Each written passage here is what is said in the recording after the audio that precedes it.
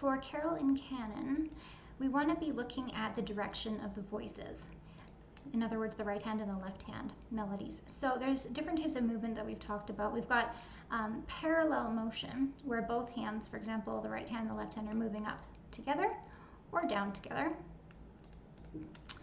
There's contrary motion, where one hand is going to be maybe ascending while the other hand descends. And then we have oblique motion, where one hand is stationary and the other hand can be doing different things. It might be moving up or down or whatever, but the one is stationary. So as we're looking through the different parts of this piece, it's really a good idea to kind of recognize what type of movement we are working on. So the measure 2 is the first time we've got hands together. And I'm going to just change colors here. So I'm going to grab my red for my right hand. So that's a nice flat line in the right hand. There's no movement at all. And in the left hand, we start off with a flat line. And notice how the only spot where it moves is at the end, but that is after the right hand has played together with it. So as far as we're concerned, that's parallel motion because both hands are playing nice and flat before the left hand descends at the end. Okay, looking at the second line, or sorry, second bar of together, so bar 3, sorry to be confusing. We've got our left hand is flat for the entire part, whereas the right hand goes up and then it steps down. So that's an example of oblique motion. So focus on the right hand. You can just know that the left hand is stuck. You don't have to worry about it.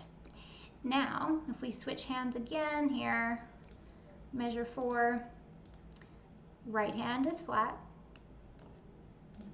left hand is moving up and down.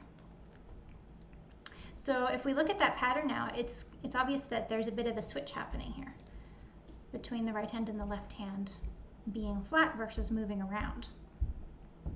Which means if we continue that pattern, we'd expect the flat part to be in the left hand, which it is in this next section.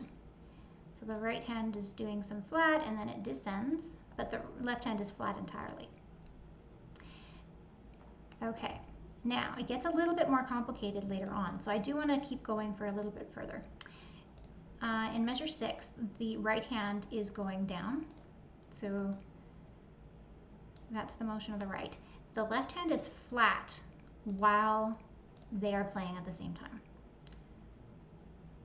It only goes down after the togethers.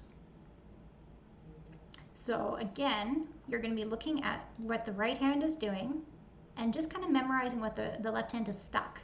Then when you're finished playing the right hand, have your eye jump down to that left hand note because it moves down. In measure 7, we've got a descending line in the left hand, similar to what we just did in the right, and an ascending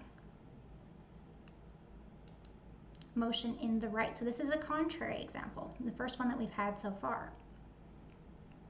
One thing that's kind of nice to know is that the skip that happens in the right hand happens before they have to play together, so that's kind of nice. And then when they do play together, and I'm just going to erase the last 2 for a second here, I just want to draw your attention to the fact that these 2 are the same. And that happens when they're playing together. So where's your eye going to go? You're going to start off looking at both hands really quickly here. Then your eye's going to jump to the right hand, and then it's going to jump to the left because the right hand, you know, is just stuck on that one note. Then your eye's going to jump back to the right hand. Okay, here's another example of contrary motion.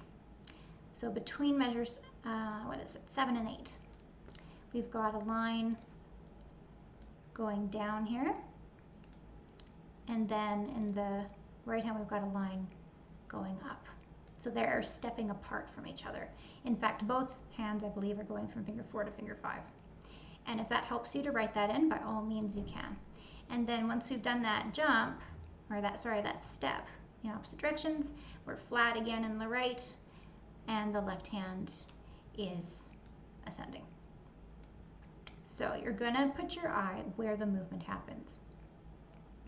So go through, and I would make a photocopy of this page, and I would write those red and blue lines through the entire song as a little exercise, and then try playing it with that written notation of the red and the blue lines. We'll eventually go away from it, but I think it would be a really valuable exercise, and it'll kind of help make more sense of the shapes.